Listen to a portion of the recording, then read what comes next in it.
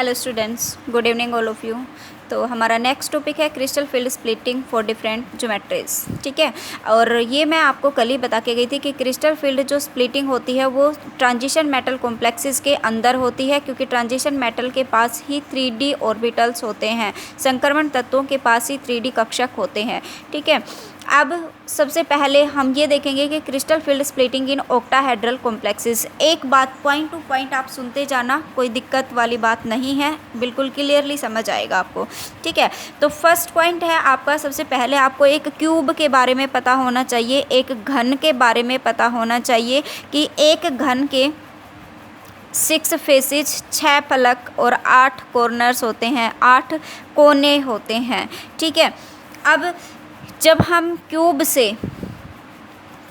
या तो ऑक्टाहेड्रल बनाएंगे या फिर टेट्राहेड्रल कॉम्प्लेक्सेस बनाएंगे या फिर स्क्वायर प्लेनर कॉम्प्लेक्सेस बनाएंगे, कोई भी अगर ज्यामिति, कोई भी अगर ज्योमेट्री बनती है तो वो किसके ऊपर डिपेंड करती है कि मेटल और लिगैंड की पोजीशन पर, मेटल और लिगैंड की स्थिति पर। ठीक है, कि लिगैंड कहाँ पर स्थित है, और अगर लिगैंड फेसेस के फलक के बीच में स्थित हैं, फेसेस के सेंटर पर हैं, तो फिर ऑक्टाहेड्रल कॉम्प्लेक्सेस बनता है, और अगर अपोजिट फेसेस के कॉर्नर्स पर हैं तो जो ज्यामिति बनती है, जो ज्योमेट्री बनती है, वो टेट्राहेड्रल कॉम्प्लेक्सेस बनती हैं। ठीक है, तो सबसे पहला जो पॉइंट है वो तो आप ये नोट करोगे कि यहाँ पर जो तीनों ज्योमेट्री होती हैं, तीनों ज्यामिति, जब तीनों ज्यामिति एक क्यूब घन से मिलती हैं। ठीक है, एक घन से हमें तीनों ही ज्यामिति मिलती हैं। कौन कौन सी? पहली तो octahedral, tetrahedral and square planar. ठीक है, अब उसके बाद है कि जो ऑक्टाहेड्रल कॉम्प्लेक्सेस है वो हमें, ऑक्टाहेड्रल जो ज्योमेट्री है वो किस तरीके से मिलती है।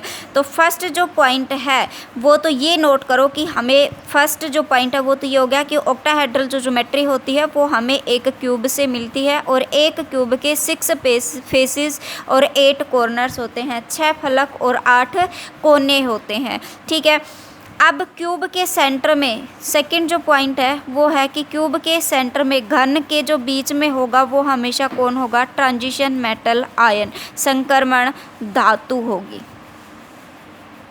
ठीक है, दूसरा जो पॉइंट है लिगैंड की पोजीशन, लिगैंड की स्थिति। तो लिगैंड की पोजीशन डिपेंड करती है कि ज्योमेट्री कौन सी है।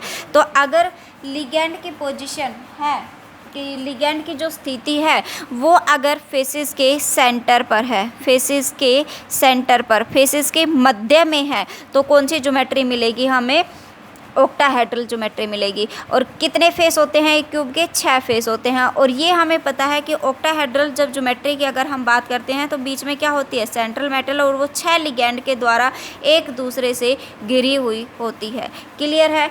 अब उसके बाद ये देखो, यहाँ से फिर आपकी बुक में दिया हुआ है, बस आपको जो मैं अंडरलाइन करवाऊँ बस वही चीज़ें याद रखनी है कि घन से अष्टफलक का निर्माण, एक घन के 6 फलक और 8 कोने होते हैं। ठीक है, इनमें से 2 फलक एक दूसरे के समानांतर केंद्र से समान दूरी पर तथा किसी एक अक्ष के लंबवत होते हैं, कि जो फेसेज होते हैं वो एक दूसरे के परपेंडिकुलर होते हैं। ठीक है, 6 फलक और 8 कोने होते हैं और एक दूसरे के लंबवत होते हैं। ठीक है, अब मैं सबसे पहले अगर आपको बताऊं तो एक क्यूब मैंने ये बना दिया है।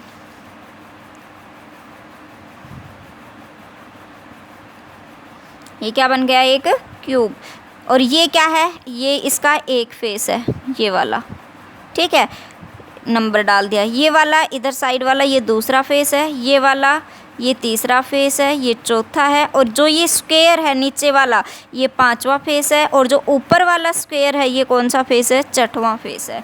ठीक है, तो मैंने लिगेंड्स को कहाँ पर रखना है? बीच में तो सबसे पहले आप क्या रखोगे? Metal ion. ठीक है, ये हमने किसको रख दिया? मेटल आयन को। अब आती है लिगेंड की स्थिति की। लिगेंड की स्थिति को हम कहाँ पर रखेंगे? फेसेस के सेंटर पर। फेसेस के सेंटर कौन सा है? एक फेस, इसका सेंटर ये इसका सेंटर ये, इसका सेंटर ये, इसका सेंटर ये, और इस स्क्वायर का लगभग सेंटर ये, और इसका सेंटर ये। ठीक है, ये आपका एक्स एक्सिस है, ये आपका वाई एक्सिस है और ये आपका जेड एक्सिस है। अब ये आपको क्लियर पता चल गया कि जो तीनों जो ज्योमेट्री होती हैं वो हमें एक क्यूब से मिलती हैं। एक क्यूब के 6 फेसेस और 8 कॉर्नर्स होते हैं और 8 कॉर्नर्स में वो डिपेंड करता है कि उसकी लिगेंड की स्थिति के ऊपर कि कौन सी ज्योमेट्री हमें कब मिलती है। तो लिगेंड की स्थिति के ऊपर निर्भर करेगा, डिपेंड करेगा कि लिगेंड की पोजीशन कहाँ कहाँ पर है। तो अगर क्यूब के सेंटर में मेटल आयन की पोजीशन फिक्स है हमेशा हमेशा, चाहे ज्योमेट्री कोई भी हो, ऑक्टाहेड्रल हो चाहे टेट्राहेड्रल हो चाहे स्क्वायर प्लेनर हो, तीनों ही ज्योमेट्री के अंदर जो मेटल होता है वो क्यूब के सेंटर में मिलेगा। ठीक है, अगर आपकी ज्योमेट्री ऑक्टाहेड्रल है तो ऑक्टाहेड्रल में लिगेंड की पोजीशन कहाँ पर मिलेगी? फेसेस के सेंटर पर। और एक क्यूब के 6 फेस होते हैं तो 6 के 6 फेसेस के सेंटर पर लिगेंड आपको एक एक रख देने हैं। अब यहाँ से अगर आपको मैं बात बताऊँ तो नज़र आ रहे हैं आपको 2 लिगेंड तो एक्स एक्सिस पर हैं, 2 लिगेंड वाई एक्सिस पर हैं और 2 लिगेंड जेड एक्सिस पर हैं। ठीक है, अब जेड एक्सिस पर हैं ये हमें पता चल गया यहाँ से। तो अगर मैं इन पॉइंट्स को मिला देती हूँ तो हमें क्या मिल जाता है? एक ऑक्टाहेड्रॉन मिल जाता है। ठीक है, ये हमें क्या मिल गया? एक ऑक्टाहेड्रॉन। अब हमें देखना है कि इसमें स्प्लिटिंग कैसे होती है कि क्यूब के अंदर हमने इस तरीके से इसकी शेप बना दी। अब इसके अंदर हमें देखना है कि स्प्लिटिंग किस तरीके से होती है। उसके लिए मैंने आपको एक पॉइंट बताया था कि यहाँ पर कि अगर लिगेंड ऑर्बिटल्स की लोब्स के नज़दीक हैं, कक्षक की पालियों के बिल्कुल नज़दीक हैं, तो उनके बीच रिपल्सन फोर्स है वो बहुत ज़्यादा लगेगा और रिपल्सन फोर्स अगर ज़्यादा लगेगा तो उसकी एनर्जी बहुत हाई होगी। और अगर लिगेंड ऑर्बिटल्स की लोब्स से थोड़ी दूरी पर हैं तो इसका मतलब कि यहाँ पर रिपल्सन फोर्स बिल्कुल ही कम लगेगा और रिपल्सन फोर्स अगर कम लगेगा इसका मतलब उन ऑर्बिटल्स की एनर्जी भी कम ही होगी। ठीक है, तो इसकी वजह से अब ये देखते हैं हम वो कहाँ पर किसके ऊपर डिपेंड करेगा? डी ऑर्बिटल्स की आकृति के ऊपर डिपेंड करेगा। तो मैं बना दूँ सबसे पहले ये एक्स ये वाई, तो ये कौन सा बन गया? D X Y. ऐसे ही ये y ये z और ये कौन सा बन गया? D Y Z. ऐसे ही मैं बना दूँ ये x इज़ x और ये z, तो ये कौन सा बन गया? D Z x. अब उसके बाद ये x ये y, तो ये कौन सा बन गया? डी एक्स स्क्वेयर माइनस का वाई स्क्वेयर। और ये कौन सा बन गया आपका? ये x ये y एंड ये z। और ये कौन सा ऑर्बिटल बन गया आपका? सॉरी भाई, डी जेड स्क्वेयर। ठीक है, ये शेप मैंने कल भी आपको बताई थी। अब लिगेंड की पोजीशन को आप रखो। लिगेंड की पोजीशन को कहाँ पर रखोगे कि 2 तो एक्स एक्सिस पर, 2 वाई पर और 2 जेड पर। यहाँ देखो 2 एक्स पर और 2 कहाँ पर रख दिए? वाई पर, और जेड इनके बीच से निकलेगा तो 2 मैं कहाँ पर रख दूँ? जेड पर। ठीक है, अब यहाँ पर वाई जेड और एक्स कहाँ पर निकल जाएगा? यहाँ तो 2 मैंने वाई एक्सिस पर रख दिए, 2 मैंने जेड पर रख दिए और 2 कहाँ पर रख दिए? एक्स पर रख दिए। ऐसे ही वाई इनके बीच से निकलेगा तो 2 एक्स पर रख दिए, 2 जेड पर रख दिए और 2 वाई पर रख दिए। यहाँ पर 2 एक्स पर, 2 वाई पर और यहाँ से निकलेगा जेड, तो 2 कहाँ पर रख दिए मैंने? जेड पर। ठीक है, यहाँ पर 2 तो मैंने रख दिए कहाँ पर? जेड पर, 2 मैंने रख दिए एक्स पर और 2 मैंने रख दिए वाई पर। ठीक है, अब देखो कि यहाँ पर ऑर्बिटल्स की लोब्स हैं वो तो इन बिटवीन द एक्सिस है, मतलब कक्षक की जो पालियाँ हैं वो अक्षों के बीच में हैं और लिगेंड्स कहाँ पर है? बिल्कुल अक्ष के ऊपर हैं। तो इनके जो बीच की डिस्टेंस हो गई वो थोड़ी ज़्यादा हो गई। लेकिन अगर यहाँ पर देखोगे D X square minus Y square के केस में तो कक्षक की जो पालियाँ हैं, ऑर्बिटल्स की जो लोब्स हैं वो भी कहाँ पर हैं? अक्ष के ऊपर ऑन द एक्सिस, और लिगेंड्स भी कहाँ पर हैं? On the axis. तो इनके बीच की जो डिस्टेंस है वो बिल्कुल ही कम है। और अगर डिस्टेंस कम है तो मैंने क्या बताया था? लिगेंड्स की ऑर्बिटल्स की लोब्स अगर दोनों आपस में पास पास हैं तो ये क्या करेंगे? दोनों एक दूसरे को बहुत ज़्यादा रिपल्सन फोर्स से रिपेल करेंगे, बहुत ज़्यादा प्रतिकर्षण बल से एक दूसरे को प्रतिकर्षित करेंगे। और यहाँ पर अगर एक दूसरे को बहुत ज़्यादा प्रतिकर्षण बल से प्रतिकर्षित करेंगे तो इन ऑर्बिटल्स की एनर्जी बहुत ज़्यादा होगी। लेकिन इन तीनों के केसेस में अगर आपको नज़र आ रहा होगा कि यहाँ पर जो कक्षक की पालियाँ हैं, जो ऑर्बिटल की लोब्स है, वो तो कहाँ पर हैं, इन बिटवीन द एक्सिस, अक्षों के बीच में, और जो लिगेंड्स है वो कहाँ पर हैं, ऑन द एक्सिस, एक्सिस के ऊपर, अक्षों के ऊपर। ठीक है, तो इन तीनों ऑर्बिटल्स के बीच की जो डिस्टेंस, लिगेंड और ऑर्बिटल्स की लोब्स की जो डिस्टेंस है वो बहुत ज़्यादा है। तो अगर इनकी डिस्टेंस ज़्यादा है तो इनके बीच जो रिपल्सन फोर्स लगेगा वो बहुत ही कम लगेगा, और अगर रिपल्सन फोर्स कम लगेगा तो इसका मतलब इन ऑर्बिटल्स तीनों की एनर्जी क्या होगी, बिल्कुल कम। ठीक है, और इसमें आपको नज़र आ रहा है कि जहाँ पर देखो ये जेड ऑर्बिटल्स में लोब्स अच्छे से डेवलप हैं, तो ये लोब्स है और ये लिगेंड है, तो इनके बीच की जो दूरी है वो बिल्कुल ही क्या है, कम है। तो ये दोनों ऑर्बिटल की लोब्स लिगेंड्स को बहुत ज़्यादा रिपल्सन फोर्स से, बहुत ज़्यादा प्रतिकर्षण बल से एक दूसरे को क्या करेंगे, प्रतिकर्षित करेंगे। और अगर एक दूसरे को प्रतिकर्षित करेंगे तो इसका मतलब इस और इन प्रतिकर्षित बल से करेंगे तो इनके बीच जो रिपल्सन फोर्स लगेगा वो बहुत हाई लगेगा, और इन ऑर्बिटल्स की एनर्जी कैसी होगी, बहुत ही ज़्यादा होगी। ठीक है, और अगर ऑर्बिटल्स की एनर्जी ज़्यादा होगी तो जो पाँचों के पाँचों जो डी ऑर्बिटल्स हैं वो किस तरीके से स्प्लिट होते हैं, ये देखो। ठीक है, 1 2 3 4 5, तो 5 डी ऑर्बिटल्स हैं वो स्प्लिट हो गए। स्प्लिट होंगे कैसे कि डी एक्स वाई,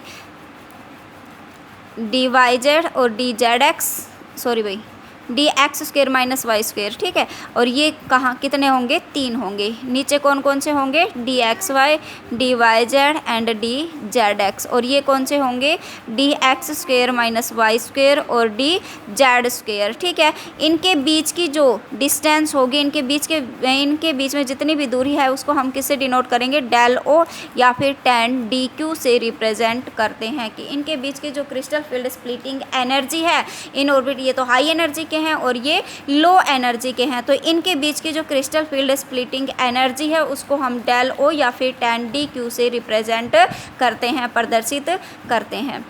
यहाँ तक पॉइंट क्लियर हो गया। तो सबसे पहला पॉइंट एक बार मैं दोबारा से रिपीट कर देती हूँ आपको कि सबसे पहला पॉइंट हमें याद रखना है कि तो तीनों जो ज्योमेट्री होती हैं, तीनों जो ज्यामिति होती हैं वो हमें एक क्यूब से मिलती हैं। ठीक है, और क्यूब के 6 फेसेस और 8 कॉर्नर्स होते हैं। ठीक है, अब उसके बाद ऑक्टाहेड्रल ज्योमेट्री में हमें पता होना चाहिए कि मेटल और लिगैंड की पोजीशन कहाँ कहाँ है। तो मेटल की पोजीशन चाहे ज्योमेट्री कहीं भी हो, ज्योमेट्री चाहे कोई सी भी हो, हमेशा मेटल की पोजीशन फिक्स होती है। कहाँ पर होगी, क्यूब के सेंटर पर। ठीक है, क्यूब के मध्य में।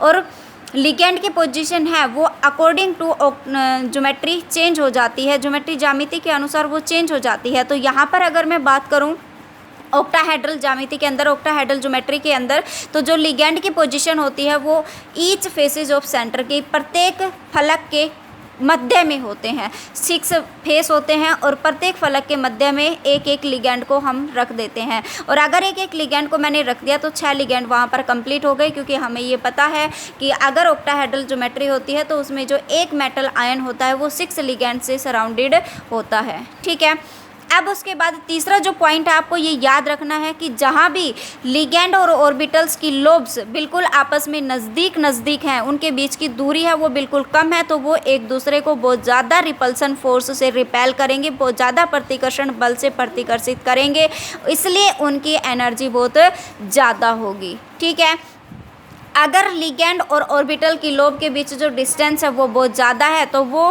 कम रिपल्सन फोर्स से एक दूसरे को रिपेल कर लेंगे, तो उनके बीच जो प्रतिकर्षण बल होगा वो बहुत ही कम लगेगा, और प्रतिकर्षण बल अगर कम लगेगा तो उन ऑर्बिटल्स की एनर्जी कैसी होगी, कम होगी। ठीक है, ये मैंने आपको सारी शेप बना के अच्छे से क्लियर करवा दिया है कि ये आप ध्यान रखना 2 एक्स पर हैं, 2 वाई पर हैं और 2 जेड पर हैं। तो लिगेंड्स को जहाँ क्यूब में रखा है शेप बना के ऑर्बिटल्स की वहीं पर रख देना। ठीक है, अगर एक्स एक्सिस पर है तो एक्स पर रख दो, बीच में है तो बीच में रख दो।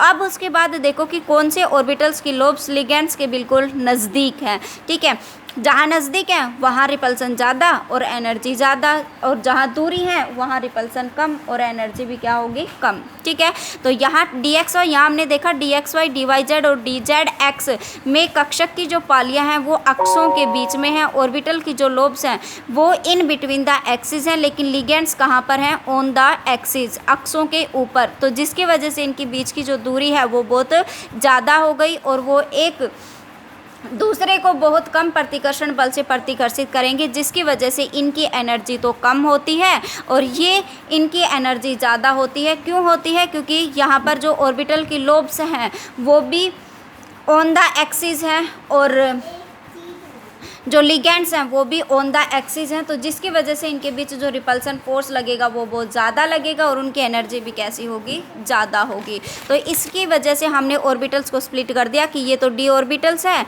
और डी ऑर्बिटल्स में स्प्लिट हो गई है अकॉर्डिंग टू ऑक्टाहेड्रल ज्योमेट्री। तो दो ऑर्बिटल्स हैं, इनको डबली डिजनरेट को हम किससे रिप्रेजेंट करते हैं, ईजी से, और ट्रिपली डिजनरेट को हम किससे रिप्रेजेंट करते हैं, T2G से। ठीक है, तो T2G की एनर्जी तो कम होती है और EG की एनर्जी ज़्यादा होती है और इनके बीच की जो क्रिस्टल फील्ड स्प्लिटिंग एनर्जी होती है वो del O is equal to 10dq होती है।